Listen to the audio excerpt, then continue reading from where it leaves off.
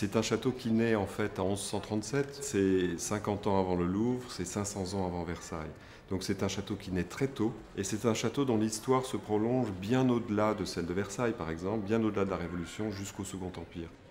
C'est le seul château en France qui a été occupé par tous les rois que compte notre pays. Quand je dis roi, ça veut dire également les empereurs, donc tous les souverains. Il a traversé 10 siècles, et on espère qu'on va lui permettre de traverser encore quelques années, et c'est notre responsabilité.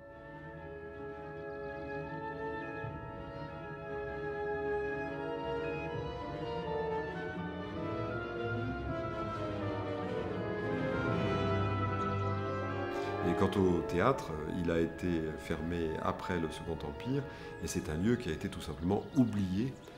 Et pourtant, il est dans une aile devant laquelle tout le monde passe. Et en fait, on le voit, alors que Fontainebleau est couvert de ces cheminées en briques, il n'y a pas de cheminée parce que le feu a fait enlever toutes les cheminées pour pouvoir créer cette grande salle en forme d'ellipse à l'intérieur de l'aile Louis XV. Et c'est vraiment un lieu qui a été mis en sommeil pendant 150 ans. Et on le redécouvre 150 ans après. Et c'est ça qui était absolument extraordinaire.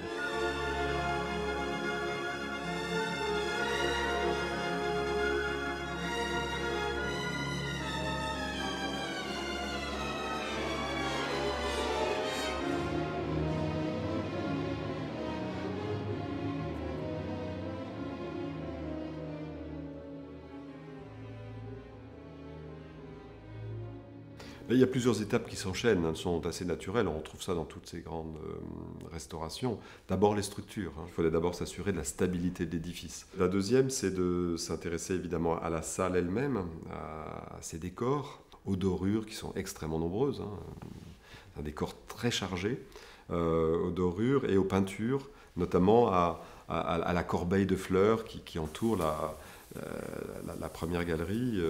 Ça disparaissait sous la poussière, on ne la voyait pas du tout. Mais alors, c'est incroyable. Et donc ici, on a la limite entre la partie qui est déjà dépoussiérée. Il n'y a pas besoin de le dire, ça se voit, c'est spectaculaire. C'est un peu plus de 100 ans de poussière. Voilà, c'est ça. Un théâtre dans un état merveilleux de conservation, mais complètement encrassé. Absolument.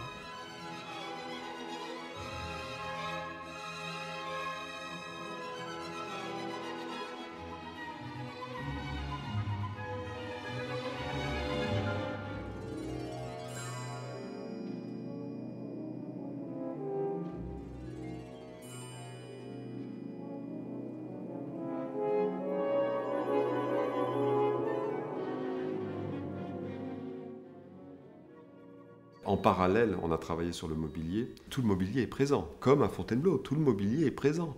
Ce mobilier a traversé, oui, le siècle, un siècle et demi finalement. On a l'impression que la cour était là la veille.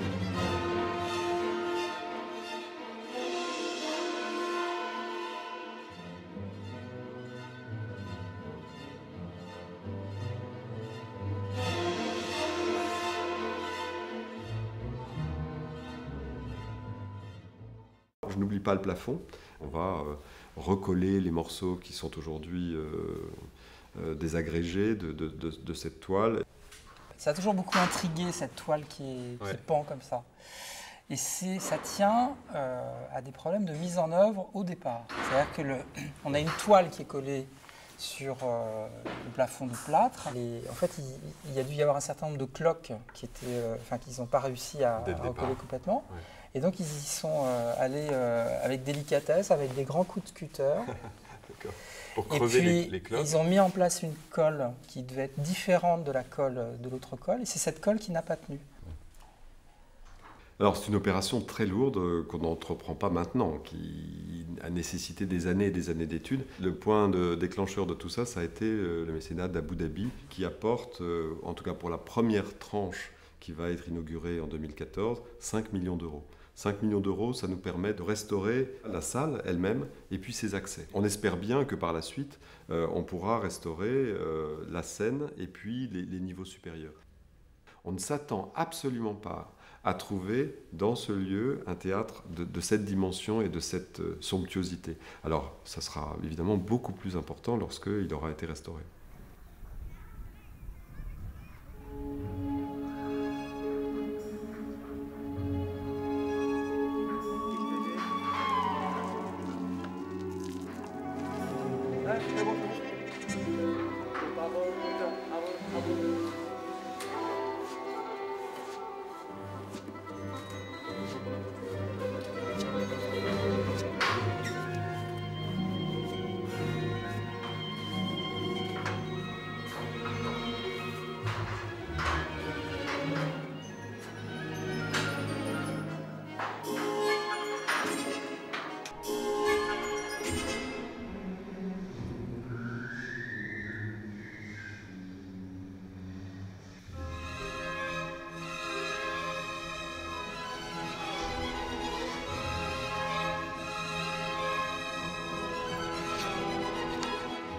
Les globes anciens du château sont bien adaptés à ces lampes qui, elles, sont effectivement neuves, avec cette belle rondeur, ces boules d'or qui viennent donner du volume au lustre.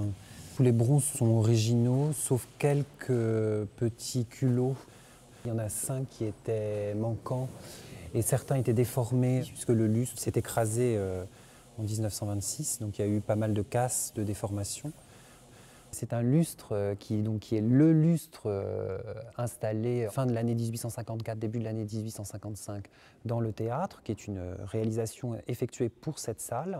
On est venu donc rhabiller avec les plaquettes, les chapelets de cristaux, tout le lustre avant finalement de le monter, de le régler, de le mettre à une hauteur qui correspond à celle à peu près du Second Empire, une hauteur qui permet notamment d'éviter d'avoir des ombres importantes au niveau de la première galerie.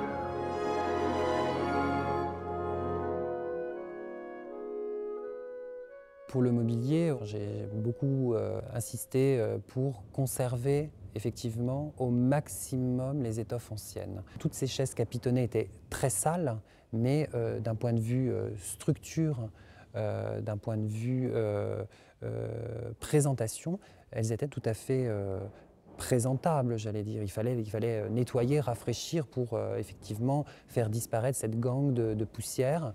On a la chance d'avoir un lieu extrêmement d'une authenticité exceptionnelle. Et donc notre idée, c'est de préserver tout cela.